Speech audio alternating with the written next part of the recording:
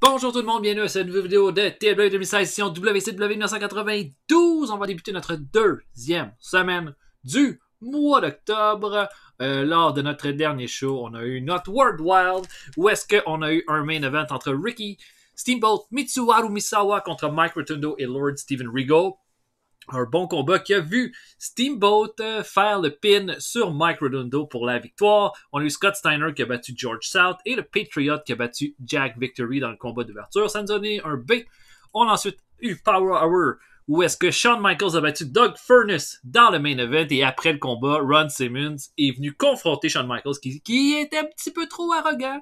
Et puis Michaels a tenté un Sucker Sweet Shine Music, sauf que Ron Simmons a fait un Spine Buster. Steve Williams a battu le Hellman et le Wild Bunch ont battu Pat Rose et Tracy Smothers. Et Saturday Night, on a fait un B+. Dans le main event, Brian Pillman a battu Bobby Eaton pour garder le titre de champion du monde dans un combat légèrement décevant. Sting et le Lightning Express ont battu Raven et Youth Gone Wild. Brad Armstrong a fait le pin sur le champion, donc logiquement, ça voudrait dire que Brad Armstrong serait le number one contender pour le titre US au pay-per-view. Barry Windham et Dustin Rhodes ont battu les Taylor Twins. Jushin Thunder Liger a battu le Great Suzuki. Eddie Guerrero a battu Brian Lawler.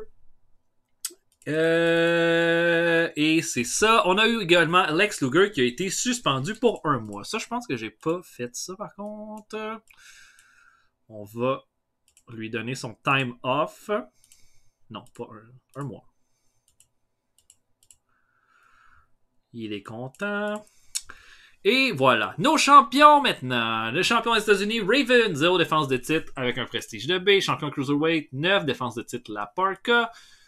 Brian Pillman, 3 défenses de titre, champion du monde. Champion par équipe, les Greasers avec 1 défense de titre. Champion télé, 10 défenses de titre, Lord Steven Regal. Et voilà pour ça. Prochain show, donc à World Wild, on va avoir un main event avec le Wild Bunch contre Kevin Sullivan et le Hellman. Le Wild Bunch, faut les mettre un petit peu over parce que ça va être eux qui vont affronter les Greasers au prochain pay-per-view qui est Halloween Havoc. Donc, c'est pour ça qu'on va les mettre over pour ce combat-là. Et on va se rendre à notre show de World Wild et on se rejoint là-bas. À tantôt tout le monde. Ok, donc, on peut regarder la liste des time-off. Cactus Jack est toujours en time-off. Dusty Rhodes ne lutte pas dans les B-shows. Sasaki n'a pas commencé encore. Luger est en time-off. Marty Jannetty toujours en rehab. Et Stan Hansen ne lutte pas dans les B-shows non plus. Il se passe de quoi avec Mike Awesome qui a amené une caisse de boissons pour tout le monde. Wow, Mike! Mike, c'est un bon gars. Oh là là, ok, un petit medal pour commencer. Sonny Ono. C'est vrai, on a ce gars-là. Faudrait qu'on regarde après le show. Qu'est-ce qu'on pourrait faire avec lui? Parce que j'ai signé ce gars-là, mais j'ai pas vraiment rien pour lui. Mais je pourrais le mettre avec plein de heals que ça fonctionne pas, puis on pourrait tester. Mais mettons avec Sting. Non, pas d'amitié. Donc, main event, le Wild Bunch contre Kevin Sullivan et le Hellman. Je book et on se voit après. À tantôt, tout le monde. On commence alors que Atsushi Onita affronte Wayne Bloom dans le premier combat de la soirée. Onita qui va l'emporter sur Bloom, lutteur local, à partir de 9 minutes 23. Combat correct. Onita, toujours un de nos gros projets de développement. Je vais avoir quelque chose de gros pour lui au moment venu. En tout cas, en ce moment, on est plus en train de le construire et lui donner plus de notoriété. Ensuite de ça, Scott Steiner s'en prend à Bob Holly. Bob Holly qui vient de recevoir sa promotion là, du PP. Donc, il affronte Scott Steiner et Steiner va faire un Steiner Line à 8 minutes 22 pour arrêter le combat. Belle performance de B pour Steiner, D- pour Bob Holly. Bob Holly peut-être pas encore là au niveau des performances comparé à certains autres lutteurs, mais je pense qu'il y a certainement quelque chose qu'on va pouvoir faire avec lui dans le futur. Ensuite, Chris Jericho fait équipe avec Mark Merrow et les deux montrent une excellente chimie ensemble. Oh, intéressant. Pas mal intéressant. Et affronte les Edge Shrinkers. Jericho qui avait affronté les Edge Shrinkers en pre-show la semaine lors du dernier épisode, mais en équipe avec Rey Mysterio. Donc j'ai un peu brassé la soupe. Et là, une belle performance de D+, pour Jericho. Mais évidemment, les Edge Shrinkers vont l'emporter. Les Edge Shrinkers vont avoir un gros spot cette semaine, mais on va plus les utiliser hors ring que dans le ring pour ce spot-là. Donc voilà, bon match de B-. Et Samu et Fatou terminent ça avec un double diving headbutt sur Jericho pour terminer le combat. Donc, bon match. Et dernier combat de pre-show. Joe Gomez s'en prend à Vader. Imaginez comment ça se termine. Pas bien pour Joe Gomez qui va se faire détruire à 7 minutes 42 Et on va terminer le pre-show là-dessus et ouvrir avec une promo assez faible de Regal, assez plus, mais quand même, qui fait une promo par rapport à sa défaite contre Mitsuharu Misawa dans le tag team match la semaine passée. Regal a l'air pas mal énervé en disant Misawa a eu sa chance 2 fois plutôt qu'une il y a quelques mois, a pas été capable de me battre moi. En fait, c'est moi qui l'ai battu par count-out, puis il a pas été capable de me battre pour le 4-way, puis là, il veut encore une chance au titre télé. Vous direz que les gens continue de s'acharner là, pour essayer de me battre quand moi je les ai déjà battus, ben Misawa peut bien venir, il va se rendre compte que c'est pas lui le meilleur lutteur au monde, que c'est moi le meilleur lutteur au monde, puis que je l'ai prouvé depuis mon arrivée à la WCW. Donc un bon C+, pour cette promo-là, ben un C+, disons. Tim Horner affronte ensuite Kenta Kobashi, ça donne un C+. Il faut que je mette Kobashi over le plus possible. Donc, on va lui donner cette victoire-là contre Horner. Il va l'emporter sur Horner avec un moonsault à 9 minutes 33. Et Kenta Kobashi améliore son performance skills, qui est très très bon. Déjà là, Kobashi va avoir un gros combat contre Sid Vicious à Halloween avec. Il faut le rendre le plus crédible possible pour ce combat-là. Donc voilà, on lui donne une victoire comme ça sur un Horner qui est jamais vraiment au bas de l'échelle, mais jamais au top non plus. Comme profite beaucoup de son équipe avec Brad Armstrong, disons, pour faire des bons combats. Et là, on a Paulie Dangerously là, qui rencontre Steve Williams en coulisses. Et là, Williams a l'air d'être prêt à l'attaquer. Et Paulie dit non. Écoute, je suis pas là pour me battre, je suis juste là pour essayer de faire la part des choses. Tu sais, j'ai compris que ton équipe avec Misawa, ça s'est terminé. Vraiment déçu, tu sais. Vous avez vraiment tout essayé pour avoir les titres par équipe. Puis bon, voyons, j'oublie toujours le nom de l'équipe de Spivey. Les Skyscrapers, excusez-moi. Les Skyscrapers ont essayé aussi, mais n'ont pas vraiment pu. Mais j'ai comme l'impression que tu as des choses pas terminées avec nous. Puis j'aimerais ça te donner cette occasion-là de terminer avec un combat contre Spivey. Qu'est-ce que t'en penses? Steve Williams te regarde et dit tu veux que j'affronte Spivey?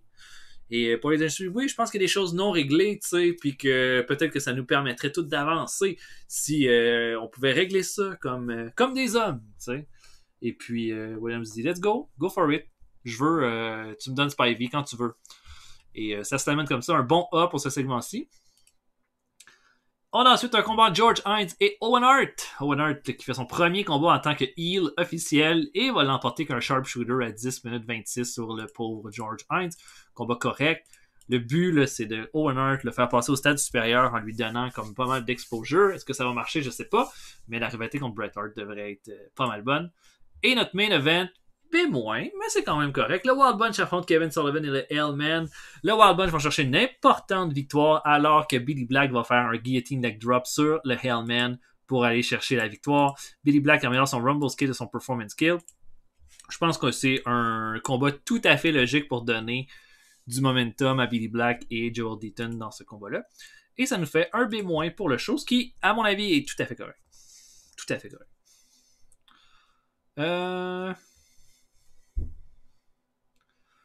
Ah oui, Bob Holly, est-ce qu'on lui donne la gimmick d'un gars de NASCAR? Quand Bob Holly, c'est comme moi, j'ai beaucoup aimé regarder la Smoky Mountain Wrestling, puis un des lutteurs qui était le plus mis en avant au début de la Smoky Mountain Wrestling, c'était Bob Holly, puis il y avait vraiment une gimmick de playboy hollywoodien qui passait la fin de semaine avec plein de vedettes d'Hollywood. Puis malheureusement, ben ça s'est pas continué parce qu'il a été signé à la WWF ensuite. Mais toujours été intrigué de voir ce que ça aurait donné, en fait. Parce que Bob Holly était pas mauvais au micro, puis on y a juste complètement enlevé le micro des mains ensuite. Puis en tout cas. Roddy Piper a reçu une offre de la WWF. Ben, il veut pas lutter avec nous autres. Fait que. Bon, on pourrait le recevoir. What? Il offre un contrat à.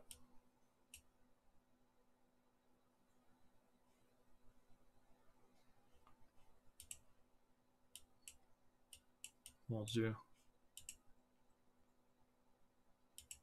Il offre une offre à 15 000.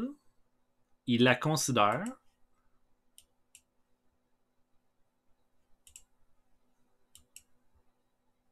Oh là là là là. Ça, c'est quand même une grosse signature, tu sais. J'ai pas l'impression que je peux la laisser aller.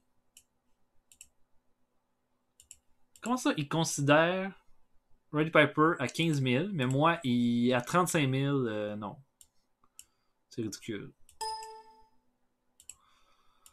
Mais on peut... Ok.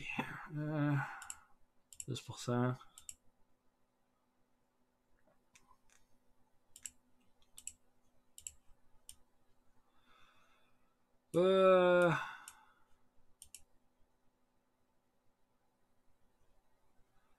Whatever is needed. Il veut 51 000 et 80.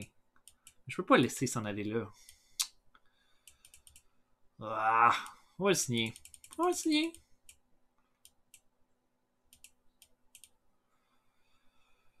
Mais c'est un gros montant.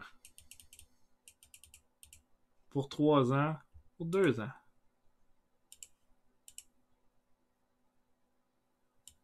Il veut du... Oh my god.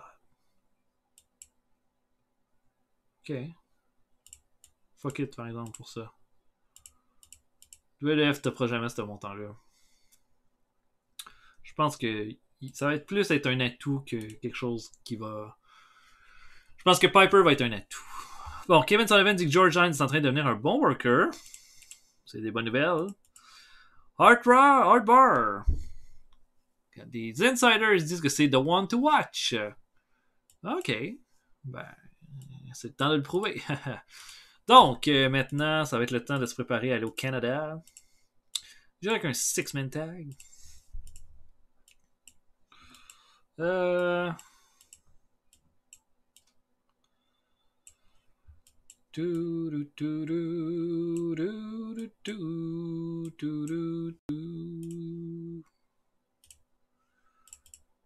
Hop, là. Cloche genre. Est-ce qu'on mettrait Raven? C'est le duo. Le duo qu'on a eu la dernière fois. Est-ce qu'on remettrait Brad Armstrong dans un autre six-man tag? Pourquoi pas? Avec d'autres gens. Vu que là, cette fois-là, Tim Horner a lutté lors du dernier show. Quand même, sa popularité est tout à fait correcte au Canada. C'est de voir avec qui on pourrait le mettre. Oh, avec Furnace puis Lafont, ben oui. Qui sont populaires au Canada. Why not? Ah ouais, ça va faire un bon main event, ça. Puis, ouais. Ouais. Tout à fait logique. I like it.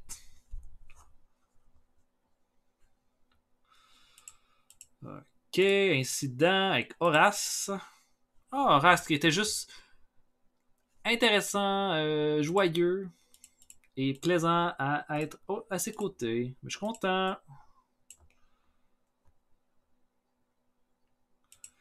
Bon, on va trouver un ami à Paulie. Oh non, avant de faire ça. Sonny Ono, en ce moment, manage Dean Malenko. Ok. Pour au moins donner 2 drôles de plus. Je regarde ça. Je me dis... Scorpio? On va le rentabiliser, ce gars-là. Scorpio? Des gars qui n'ont pas beaucoup de charisme. On a dit Malenko. Ah, on pourrait mettre El Cubano aussi. On s'essaye. D'un coup, que c'est ce qu'il fallait à El Cubano pour devenir un champion du monde. C'est un bon manager. On le sait pas, ça. Ok, donc, je book maintenant Six-Man Tag, Brad Armstrong et la Can-Am Connection contre Phil Lafont et contre le Youth Gone Wild. Je book et on se voit après. À tantôt, tout le monde. Ok, on commence en pre-show alors que Chris Jericho s'en prend à Bob Holly. On va donner une victoire à Holly avec un Alabama Slam sur Jericho. Jericho qui a une certaine popularité au Canada, donc va chercher quand même une performance de D. Voilà, c'était pas mal pour tester les os, comme on dit. De toute façon, au Canada, faut pas se fier à rien par rapport aux popularités. Atsushi Onita affronte ensuite Horace Boulder. 2 combats d'anciens réfugiés de la FMW. Onita va l'emporter à 7 minutes 42. Ensuite, Norman Lunatic affronte Bruiser Bedlam, lutteur local. Et Norman Lutic va faire son Jumping Senton pour l'emporter. Bedlam, comme d'habitude, a comment dire, peut pas faire un combat comme le plus que 5 minutes sans en payer le prix, disons. Et dernier combat de pre-show, Rey Mysterio Jr. affronte Dean Malenko. Je me suis dit, on peut regarder ce match-là, voir ce que ça donne. Puis ça donne quand même un bon résultat, un C- au Canada pour deux gars qui ont aucune popularité là-bas. C'est excellent. Probablement qu'on aurait pu avoir un B- au Canada avec un combat, aux États-Unis avec un combat comme ça. Malenko améliore son performance skill. Très bien. Nous ouvre le show avec un combat de Bret Hart et El Cubano. Bret Hart qui est notre lutteur le plus top au Canada. On le met en combat d'ouverture contre El Cubano. C'est un combat qu'on a déjà fait quand Bret Hart est arrivé à la WCW. Owen Hart a battu George Hines. Bret Hart a battu El Cubano. C'est déjà question de préparer, de faire le bain. Sonny Ono a fait un bon travail. Fait que ça veut dire que ça ajoute à la qualité des combats de El Cubano. Fait que c'est pas du tout mauvais. Et Bret Hart va l'emporter. Il va même améliorer son performance skill avec ce combat-là. Donc, très bien. On a ensuite le Great Suzuki qui affronte Hardbar. Combat de Cruiserweight. Sasuke va surprendre Hardbar avec un Rolling Cradle pour l'emporter à 13 minutes 20. Ce ne sera pas terminé nécessairement entre les deux. Et Hardbar est furieux après le combat de sa défaite. Et ça nous donne un C-. On est en train de préparer quelque chose avec Suzuki et Hardbar et pas juste eux pour Halloween Havoc. Donc voilà. On a une magnifique promo de Shawn Michaels, je dois dire. Hein? Shawn Michaels qui est lentement, hein, ça fait quand même un certain temps qu'on l'a, mais il est vraiment en train de devenir le top heel à la WCW. Et qui dit que Ron Simmons il a décidé qu'il s'embarquait dans quelque chose. Il a décidé de s'en prendre au lutteur le plus flamboyant, au lutteur le plus exceptionnel d'une seule génération. Ron Simmons, ce que c'est un paquet de muscles qui prend quelqu'un qui le lance. Là, ça a marché la semaine passée, il m'a pris par surprise. Ça marchera pas à Halloween avec Ron Simmons. Tu vas retourner où ce que tu mérites d'être, c'est-à-dire dans cette espèce de purgatoire entre le top et le succès. Où est-ce que tu te tiens tranquillement, tu fais ton bout de chemin, mais les gens comme moi, ils vont plus haut que ça. C'est eux qui mettent les nouveaux standards. Toi, t'es juste un standard. Donc, une excellente promo de Shawn Michaels. Et notre main event, Brad Armstrong. La Can-Am Connection affronte Youth Gone Wild. Là, il faut vraiment là, que je change Doug Furnace puis Beulah. Ça marche pas ensemble. Mais en tous les cas, bon combat de C+, considérant la popularité de tous et tout le monde là-bas. Les deux meilleures performances reviennent à Phil Lafont et à Raven dans ce combat-là. Sauf que cette fois-ci, là, Brad Armstrong va passer tout près durant le combat de surprendre 2-3 fois Raven avec des pins. À un moment donné, l'arbitre va pas voir. Johnny Ace va passer la ceinture des États-Unis à Armstrong. Et boum! Raven va donner un coup sur la gueule à Armstrong, il va faire le pin et ça va se terminer comme ça. Après le combat, Raven va faire une promo, il va être furieux en disant ce qui s'est passé, c'est la logique des choses. Brad Armstrong, ce qui s'est passé, c'est que moi, ça fait des mois et des mois que j'essaye de m'installer, de faire tout ce que je peux. Toi, t'es juste là. T'es juste un lutteur qui est là. T'es un lutteur qui va nulle part. T'es un lutteur qui vaut rien. Puis là, t'as réussi à avoir une victoire contre moi, puis ça a redéfini ta carrière. Ben, ça, là, tu pourras plus jamais le répéter. Je vais te donner un combat à Halloween avec Brad Armstrong, mais ce qui s'est passé ce soir, c'est exactement ce qui va se passer quand on va s'affronter dans un combat 1 contre 1. Ça fait un B- pour le show, ce qui est très bon. Et maintenant, on va regarder pour notre gros show de Saturday Night. Saturday night on the town. Open your arms for me.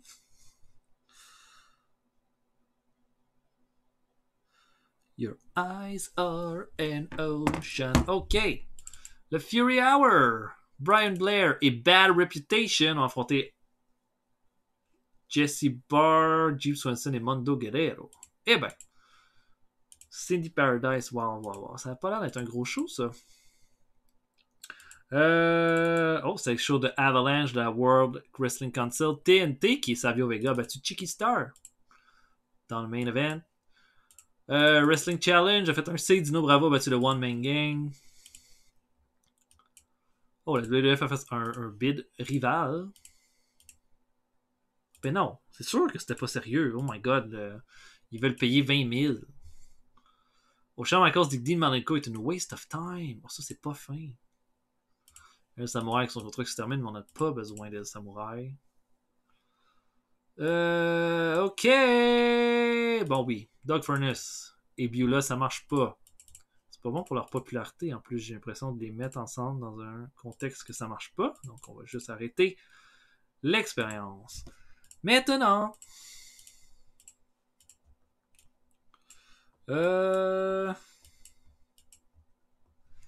J'essaie de voir mon main event.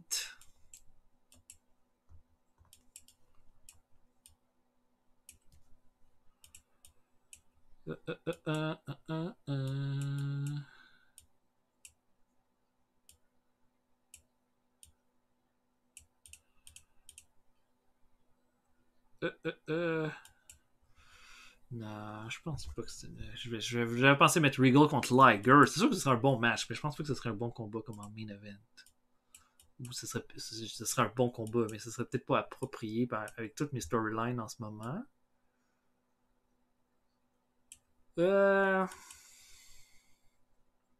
Eddie. Peut-être.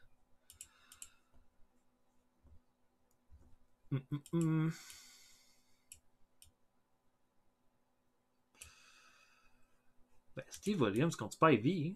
Le rematch. Let's go. Dont on a parlé. Donc, ouais. Main event. Spivey contre Williams. L'espèce de rematch de leur fin de rivalité. Ok, allons-y. Et je vais avancer jusqu'à Saturday Night et on va voir ça après. À tantôt tout le monde. Ok, donc, un instant Bret Hart qui a organisé et gagné un tournoi de jeux vidéo. Et Steamboat qui a été juste plaisant à côtoyer durant la soirée. C'est merveilleux. J'irai avec un petit medal au hasard. Billy Black.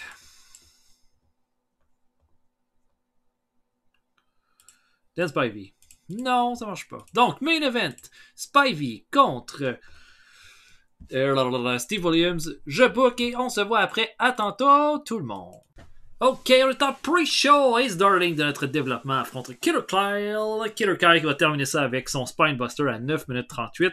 Performance de E+, pour Ace Darling. On n'y est pas encore pour le main roster. Killer Kyle va améliorer sa technique cependant avec ce combat-là.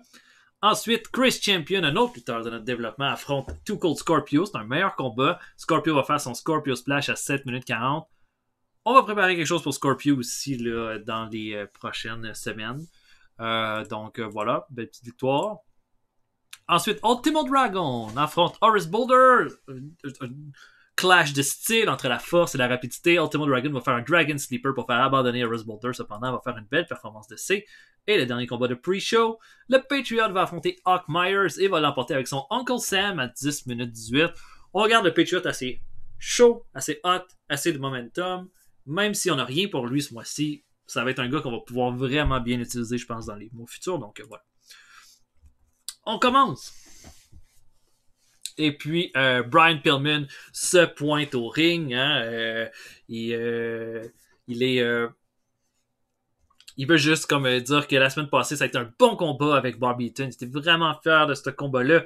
Puis qu'il pense que ça a été une bonne préparation pour réaffronter Rick Rude au pay-per-view. Parce que oui, il va lui donner son autre combat à Rick Rude. Puis il va lui donner non seulement un combat, mais un combat spécial. Et puis Rick Rude va arriver là, super lentement, de façon hyper arrogante. Et puis va se pointer au ring. Pillman va lui passer le micro. Et au moment où il va prendre le micro, boum! Coup de pied dans les couilles de Rick Rude. Même pas le temps de dire un mot. Va relever Pillman. Il va lui faire un Rude Awakening. Rude va regarder dans son slip. Va sortir un gant de cuir. Qui a l'air d'avoir des trucs dessus, là, comme un gant de mineur. Et puis, il va relever Pillman. Il va lui donner un bon coup directement sur la gueule pour knocker Pillman en plus. Et ce gant-là, c'est un gant de mineur. Et qu'est-ce que vous pensez que ça veut dire? Un Cold Minor Glove match à Halloween Havoc qui va se préparer. Donc, un combat où est-ce qu'il faut enlever le gant sur le haut d'un poteau pour knocker son adversaire. Ron Simmons affronte Pat Rose. Petit combat court avec Cyrus Simmons qui va faire un Spinebuster pour terminer. Juste un combat pour mettre Ron Simmons en avant-plan. Pat Rose va améliorer son performance skill avec ce combat-là. Mais voilà, si Pat Rose peut se faire détruire puis faire un beat de performance, là, c'est merveilleux. Sting va faire un combat. Il dit qu'il était vraiment content de voir Brad Armstrong se racheter, hein, comme aller chercher une grosse victoire pour essayer de redonner un autre souffle à sa carrière. Puis il y a une chose qui est certaine, c'est que quand il a regardé ce combat-là, quand il a regardé Armstrong faire le pin sur Raven, ça lui a donné des idées. Puis surtout, ça lui a donné l'idée que il a jamais été en mesure de battre Big Van Vader.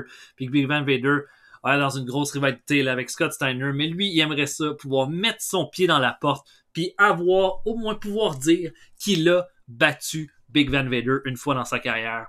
Et c'est pour ça qu'il lui lance donc un défi. Il affronte ensuite Chris Benoit, combat de B-. Ben décevant, ça.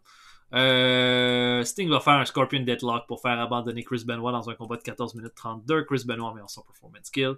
Tout est beau de ce côté-là. On a ensuite Ricky Steamboat qui fait une promo par rapport à Mike Redondo. Il dit qu'il a entendu ce que Mike Redondo a dit. Et puis, il faudrait qu'un jour Mike Redondo arrête de se donner des excuses pour que chaque fois qu'il se ramasse dans le bas de fond de sa carrière, chaque fois qu'il est déçu, chaque fois qu'il est pas content pas capable de se contenter d'où est-ce qu'il en est, qu'il arrête de critiquer les autres puis qu'il se regarde lui-même. Mike Redondo, il a changé son nom, il a changé son look, puis il est pas devenu champion du monde. Alors, qu'ils prennent conscience de certaines affaires. Puis que s'il veut un combat contre Ricky Steamboat va lui donner son combat. Parce qu'il sait qu'il va pouvoir faire un bon combat de Mike Redondo, parce que Mike Redondo, c'est un lutteur exceptionnel. Mais à un moment donné, il va falloir qu'il arrête de trouver des excuses, puis qu'il assume. Puis que c'est à ce moment-là qu'il va pouvoir devenir un grand lutteur. Un bon B+, pour Ricky Steamboat sur cette promo-là. Ensuite, combat par équipe, Barry Windham et Dustin Rhodes affrontent Arn Anderson et Scott Hall. C'est encore chaud, hein, la rivalité entre les deux, entre Windham et Dustin Rhodes et les Horsemen. Et puis, comme un bon combat de B, c'est mon combat storytelling, donc c'est sûr que ça a baissé un peu la note du combat. Sauf que, alors que les faces sont en contrôle, Kenta Kobashi va venir attraper la jambe de Barry Windham. Quand Windham va se retourner, boom! Spinning Spinebuster de Arn Anderson pour la victoire. Et puis, boom, directement après le combat, Samu et Fatu arrivent et commencent à tabasser Dustin Rhodes et Barry Windham. Et Arn Anderson et Scott Hall s'en mêlent. Ric Flair arrive et prend le micro. Il est tout souriant. Puis il dit, Sid Vicious, j'espère que tu regardes ça. J'espère que tu regardes ce qui se passe là. Dustin Rhodes et Barry Windham veulent une pièce des Horsemen, veulent une pièce du Nature Boy depuis tellement de mois. Puis le Nature Boy va pas leur donner une pièce. Il va rien leur donner. Et puis, toi, tu vas... Et si les Horsemen, on est tellement hot, on est tellement bon, si on n'a pas le goût de s'occuper de toi, on s'en occupera pas. Fait que tu devrais juste être content, Sid Vicious, que je t'envoie Kenta Kobashi pour te détruire à Halloween avec. Parce que sinon... Parce que de toute façon, je sais même pas si je vais te donner un combat au final. Qu'est-ce que t'as prouvé, tu sais, depuis le début? Que t'es même pas capable d'avoir un combat avec moi, ça fait 6 mois que t'en demandes un, t'as pas été capable, parce que t'as pas assez de poids, puis t'en auras jamais assez, puis Dustin Rhodes et Barry Windham ont pas assez de poids, eux non plus. Et voilà, donc grosse promo, et ça va mener à un combat que je pense que vous verrez pas venir par rapport à ça, mais un B+. Ensuite, championnat par équipe, le Rock'n'Roll Express affronte les Greasers pour le titre par équipe. Bon combat de B. Au final, tout le monde a fait B- de performance. Les Heat vont l'emporter clean, cependant. Diamond Cutter sur Ricky Martin par DDP et les champions retain. Voilà, juste un combat pour mettre nos champions en évidence. Eddie Guerrero et Ultimo Dragon sont avec la Parka et Eddie, ça parle en espagnol. Tout le monde parle en espagnol ou en japonais, tout ça. Et Eddie fait juste dire, écoute, la Parka, je veux juste te dire, moi et Eddie, on s'est affrontés. J'ai eu une belle victoire au pay-per-view, mais je pense aussi que moi et Ultimo, on mériterait une chance pour le titre Cruiserweight. Je sais pas ce que t'en penses. La Parka a juste l'air de dire, oui, je pense que ce serait un bon combat. Et puis, c'est vu comme de... Mais on dirait que quand les trois quittent, on voit juste la tête de Dean Malenko, pouf, qui écoutait ça et qui a l'air bien frustré de ce résultat-là. Et notre main event, Steve Williams affronte Dan Spivey et c'est un combat décevant. Quoique, j'ai pas mis de storyline entre Williams et Spivey. Ça doit être pour ça que ça explique la note un peu plus décevante. En gros, intervention de Mike Awesome alors que l'arbitre était down. Va faire un awesome bomb à Steve Williams qui va prendre tout le monde de court et Spivey va simplement avoir à faire le pin sur Williams pour terminer le tout. Ça va donner un B. Ça va être un peu platé dans les 14 régions, mais on devrait faire du B+, puis du A, à mon avis. Mais en même temps, c'est ça, on n'a pas... J'ai peut-être mal fait ça en mettant Williams et Spivey, alors que j'ai un storyline, mais je les ai pas mis en storyline dans le jeu. C'est ce qui explique la note plus basse.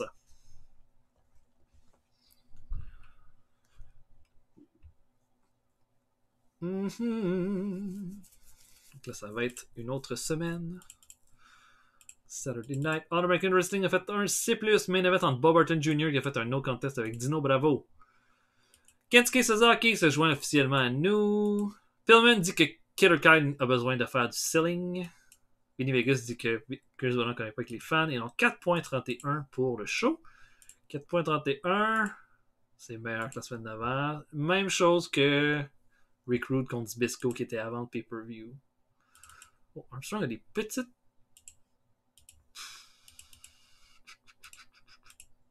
Enhancement Talent pour Kensuke Sasaki. Ça va un autre qu'on va développer à travers les semaines. Ok, pour notre prochain épisode. Moi, j'irai avec un tag team match encore une fois. En main event.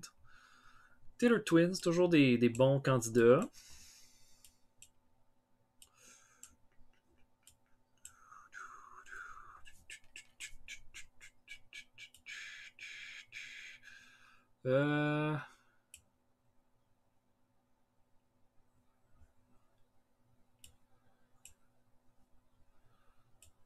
J'essaie-tu encore les... On pourrait mettre encore les Taylor Twins, les Wild Bunch en main event. Perdre rien de faire ça. À moins que je sois un peu plus audacieux.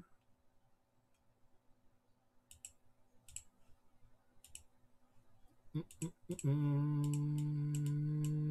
sûr que Barry Windham et Dustin Rose, ouais, je pense que ça va être plus logique. Contre les Taylor Twins. Il va y avoir de quoi de nice avec les Horsemen pour ce mois-ci, là, vous allez voir. Mais ouais.